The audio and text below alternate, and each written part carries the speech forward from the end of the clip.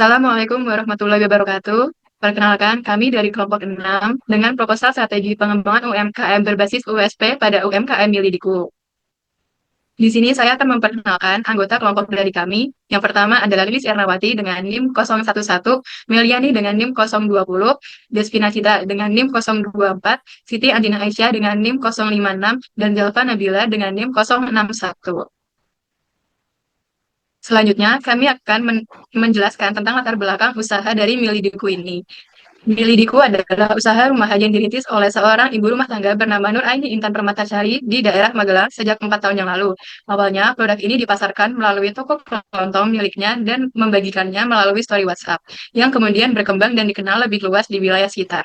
Usaha rumahan ini awalnya diminati karena kesadaran diri dari Intan selaku owner tentang bagaimana banyaknya peminat di bidang camilan dan salah satunya adalah milidi. Selain itu, usaha ini juga didasari akan murahnya dan mudahnya bahan baku untuk didapatkan, sehingga mempermudah orang-orang yang ingin memulai bisnisnya seperti Intan ini sendiri. Selanjutnya, akan kami jelaskan analisis usaha dari Milidiku. Yang pertama adalah jenis usaha. Jenis usaha yang digeluti oleh Intan sendiri berjenis makanan atau cemilan. Lalu untuk produk utamanya adalah Milidi. Lalu target pasar dari Milidiku ini berusia 8-30 tahun atau anak-anak muda hingga dewasa.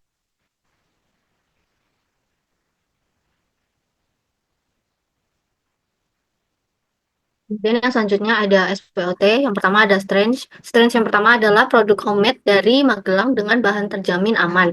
Kemudian yang kedua adalah memiliki beragam varian rasa, mulai dari manis hingga pedas. Kemudian yang selanjutnya adalah harga yang terjangkau dan juga daya tahan produk yang baik. Kemudian ada weakness. Weakness yang pertama itu adalah belum memiliki logo dan konten media sosial yang terstruktur. Yang kedua adalah harga bahan baku yang tidak stabil. Kemudian ada pasar kompetitif dengan banyak pesaing, target pasar yang terbatas, dan juga skala produksi yang terbatas. Kemudian ada opportunities. Yang pertama ada potensi pengembangan konten sosial media dan kolaborasi dengan kreator lokal. Terus yang kedua ada peluang pengembangan varian rasa baru, pengembangan kemasan yang lebih baik, dan perluasan jaringan melalui reseller.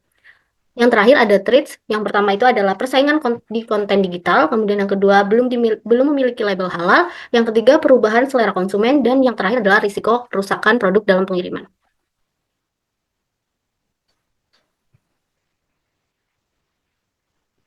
Unique selling proposition dari produk Milediku sendiri adalah produk homemade yang menggunakan bahan yang terjamin dan juga produk UMKM asli Magelang dan memiliki berbagai varian rasa unik. Selanjutnya yaitu rencana usaha UMKM Milidiku untuk jangka pendek serta jangka panjang. Yang pertama yaitu jangka pendek, kami akan melakukan peningkatan brand awareness dengan menggunakan media sosial seperti Instagram dan TikTok untuk promosi dan interaksi dengan pelanggan serta mengikuti bazar dan event komunitas dengan anggaran mulai dari 200.000 hingga 1.500.000. Yang kedua yaitu kami akan meningkatkan penjualan dengan membuat promo diskon dan bundling produk serta mengadakan layanan pesan antar seperti di GoFood dengan rencana anggaran 100.000 hingga 1 juta rupiah. Yang ketiga yaitu meningkatkan kualitas layanan dan produk dengan memastikan kualitas bahan dan kemasan yang terbaik dengan rencana anggaran 50.000 hingga 800.000. Yang keempat yaitu mengembangkan jangkauan distribusi dengan melakukan kerjasama dengan toko-toko kelontong sekitar dan mengadakan dalam marketplace dengan rencana anggaran 350.000 hingga 1 juta rupiah. Yang kelima yaitu evaluasi dan perbaikan berkelanjutan. Lalu untuk rencana jangka panjangnya, kami akan melakukan inovasi produk seperti varian mie tanpa MSG dan rendah kalori, serta menggunakan kemasan ramah lingkungan dengan rencana anggaran 500.000 hingga 1.500.000. Lalu yang kedua yaitu memperluas pasar dengan melakukan kerjasama dengan minimarket dan supermarket sekitar, serta melakukan ekspor ke luar negeri dengan rencana anggaran 3 juta hingga 15 juta rupiah. Yang ketiga yaitu meningkatkan brand awareness dengan berkolaborasi dengan influencer serta berpartisipasi dengan kegiatan sosial dengan rencana anggaran 2.500.000 hingga 15 juta rupiah. Selanjutnya ada strategi pengembangan. Yang pertama dari diversifikasi produk. Ini akan dilakukan dengan cara menambah varian rasa dan nantinya varian rasa tersebut akan melalui 4 step. Yang pertama adalah riset pasar untuk tren bumbu dan varian rasa baru seperti barbecue, coklat, karamel, taro maupun vanila. Kemudian Yang selanjutnya adalah seleksi distributor bumbu tabur yang berkualitas tinggi. Contohnya ada Island Sun Indonesia. Kemudian yang ketiga itu uji coba produk untuk memastikan kesesuaian dengan selera konsumen. Yang keempat adalah peluncuran varian rasa baru secara bertahap. Kemudian ada diversifikasi layanan. Ini menggunakan integrasi dengan platform delivery seperti GoFood, ShopeeFood, ataupun GrabFood. Kemudian yang kedua ada ekspansi ke e-commerce untuk jangkauan yang lebih luas.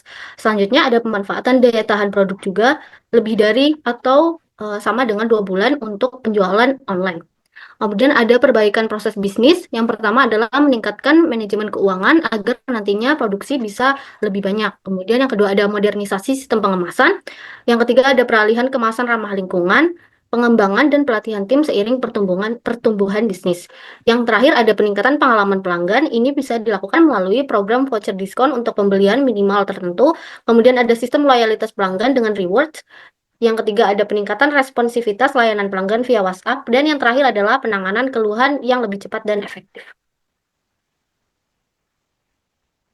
Selanjutnya yaitu pengembangan brand. Berdasarkan hasil observasi yang telah dilakukan terhadap pelaku UMKM, menunjukkan bahwa Milidiku belum memiliki merek atau identitas visual yang jelas. Milidiku sering menggunakan stiker sederhana tanpa logo atau informasi yang memadai, sehingga mengurangi daya tarik bagi konsumen. Maka dari itu, hal yang pertama kita lakukan yaitu pembuatan logo dengan menyesuaikan desain merek dengan karakteristik yang unik dari produk Milidiku. Dengan adanya identitas visual yang kuat, diharapkan Milidiku dapat lebih mudah dikenal dan diingat oleh konsumen. Selain itu, pada pengembangan pemasaran digital, kami memberikan pendampingan tentang cara memanfaatkan media sosial secara efektif. Dilakukan untuk mempromosikan produk, membuat konten menarik dengan menggunakan hashtag yang relevan dan berinteraksi dengan pelanggan di platform seperti Instagram untuk menjangkau konsumen yang lebih luas. Dengan strategi pemasaran digital yang tepat, dapat meningkatkan visibilitas produk Milidiku dan menarik perhatian calon pelanggan baru. Selanjutnya, pada redesign logo baru Milidiku akan didesain dengan konsep modern, eye-catching, dan mudah diingat. Desain logo akan mempertimbangkan beberapa elemen penting, yakni elemen visual utama, warna, tipografi, dan bentuk. Contoh logonya itu berada di samping tulisan yang berwarna merah. Selanjutnya, pada tagline, pengembangan brand Milidiku mencakup juga pengadopsian tagline baru yang lebih representatif, yaitu gurihnya bikin happy, kualitasnya terbukti. Dengan tagline ini, Milidiku ingin memposisikan diri sebagai camilan yang tidak hanya lezat dan memanjakan lidah, tetapi juga memberikan jaminan kualitas dan kebahagiaan bagi setiap konsumennya. Tagline ini akan digunakan secara konsisten di seluruh platform pemasaran Milidiku, baik online maupun offline.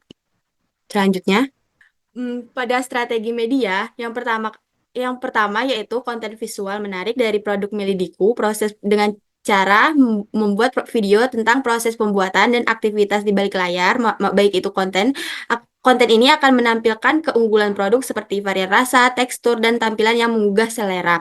Yang kedua itu konten edukatif, yang ketiga itu interaktif, yang keempat itu konten user generated content, dan yang kelima itu konten promosi, dan yang keenam itu konten kolaborasi.